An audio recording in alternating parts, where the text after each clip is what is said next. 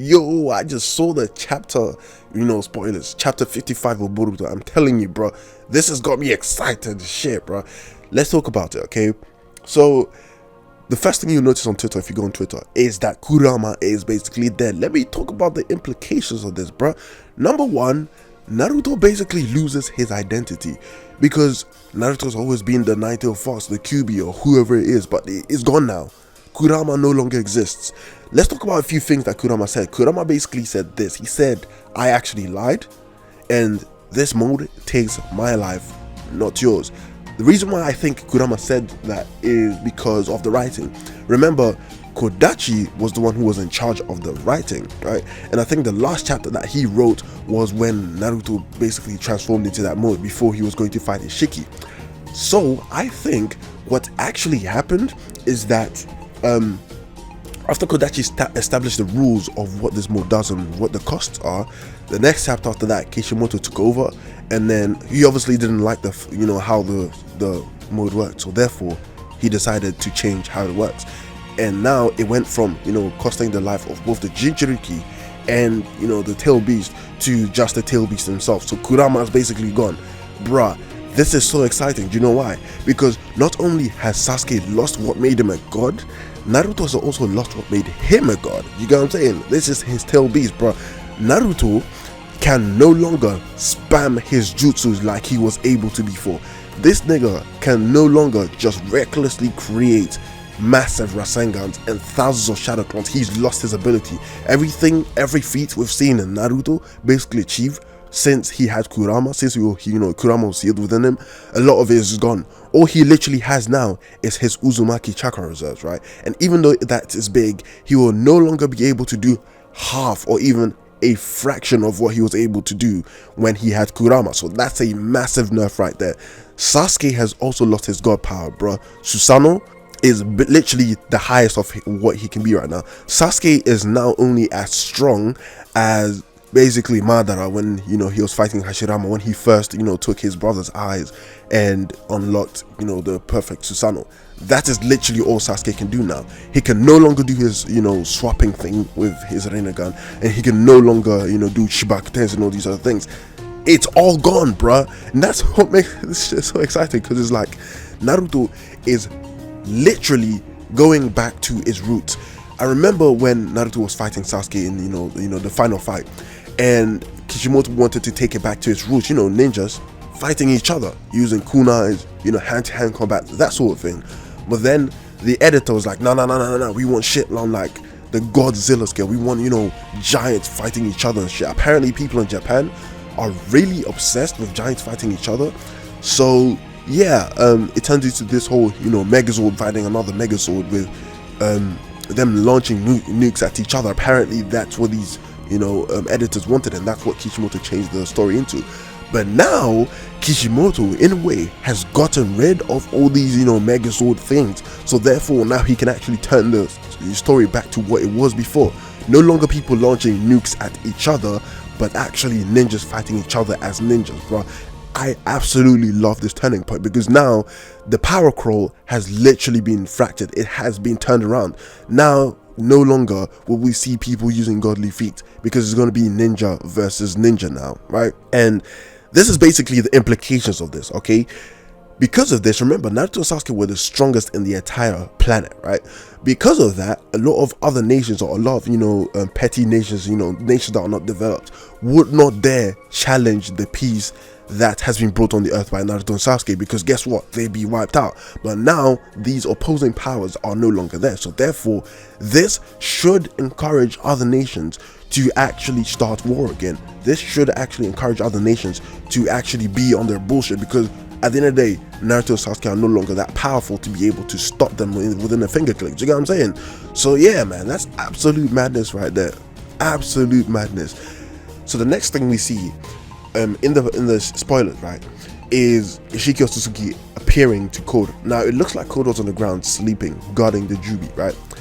Apparently Code was, I think, asleep, and Isshiki visited Code in his dreams. He basically gave Code a white karma. I don't know why he would do that when he can just implant his karma on Code, but I guess Code is not a perfect vessel, so there would basically be no point, right? I guess Momoshiki hit the jackpot when he implanted his karma on Boruto, because Boruto turned out to be the perfect vessel. So yeah, a big jackpot right there. Turns out that Code has been given a white karma. A white karma basically means that he gets all Isshiki's powers and he inherits Isshiki's will, which is to become a god. Now, apparently that is the goal of all the Otsutsuki. They basically do all this planet hopping thing just to become, gods at the end. Now that sounds all nice and it was kind of predictable, but it asks a few questions, it begs a few questions, which is this, right? The question is this: what is the point of becoming a god if you literally destroy all life in the universe in order to do so? A god governs over its amount of people, right? So if that happens, then it's like you've basically killed the entire universe to get that. So what life forms do you govern over? Maybe they govern over other Otsutsukis, but who knows? I think a better way to do this is to say, you know what, the goal of each Otsutsuki is to become a god, right? And there is actually no hierarchy. In fact, what there is are stronger Otsutsukis just oppressing other Otsutsukis, and the fact is all of them are racing against each other to become the first god, and the person who becomes the god, the strongest first, is the one who oppresses and governs over the people below him. And that would actually make sense. That way there will be no Otsutsuki god, and there would be Otsutsukis doing this free for all thing. That way it would actually make sense why Momoshiki is being oppressed by Isshiki, and Kaguya has to obey Isshiki as well. It is because Isshiki is stronger than all of them, and that is why he's oppressing them, because he's stronger and he can basically tell them what to do, and they serve him, and he's basically ahead in the race. That is the only way this whole story would kind of make sense. So literally, Code gets Ishiki's power, and he is now going to carry on Ishiki's will. Here's my huge question though, is first of all, if Code does that, what is in it for him? Why would Code want to carry on Ishiki's will? In fact, Kara existed because Isshiki made a promise to all of them. We still don't know what that promise is. We don't know what it means to Code. We don't know what it means to Kashin Koji, and Amado has never really said what that promise is. So yeah, all he looked at was at Delta when he was talking about what Isshiki promised him. So I don't know, maybe Delta was his daughter and died, or Delta was his wife or something. Who knows? We don't know what that is, but I guess we will find out what it is through Code, because Code now is going to be the lone survivor of what's this left of Kara, and he's going to carry out Ishiki's will. We see a panel of this figure that's supposed to be a god, right? We don't know what this is. Is this the Otsutsuki king, if there is one? And if the hierarchy thing is exactly as I described, then is this the ultimate form of an Otsutsuki, or is this like a placeholder character of what an Otsutsuki god is supposed to look like? When they talk about, oh, I can achieve this form, and then they show like a shadow figure of what this form is supposed to look like, and then in the end it ends up looking different. I wonder if this is basically the same thing. But in general, I'm really surprised about the spoilers that we have seen in this chapter, and I'm actually looking forward to reviewing this chapter and talking about the implications, because I've talked about a few of it in this video, but I want to see what happens. Because now that Naruto is no longer the strongest, literally a lot of people can walk up into Konoha and basically say, yeah nigga, what's up? And what can Naruto do? You know what I'm saying?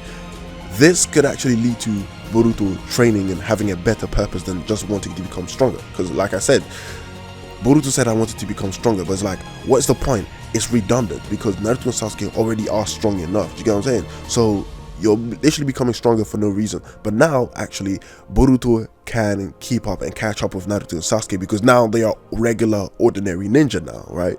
So yeah man, that's actually exciting.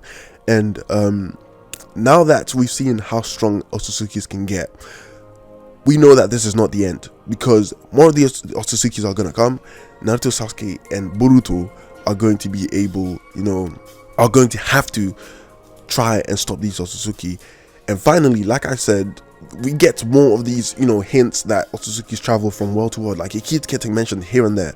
So I wonder if Naruto and Boruto will travel to other worlds in order to learn other powers. Because remember, the only reason Otsutsuki's become stronger is because they go to other worlds and take their powers, right? So if Naruto and Sasuke were to travel to other worlds to get that power, maybe they can learn something new, which will, you know, keep them on par with the Otsutsukis or something like that. That right there would be exciting. So yeah, let me know your thoughts in the comment section down below. I'm really excited for what is happening in the manga, and Kishimoto is actually, you know, making it good, because he now has more than a month to actually plan things out. It's not on a weekly basis, so he doesn't really have to ask Paul anything. He can actually plan things, you know, throughout. So yeah, man, he has an additional 3 weeks to plan things out. Let me know what you guys think in the comments. I'm really excited, and I think I'll make my review once the full chapter drops. I think in probably like 3 or 4 days. So yeah, bye.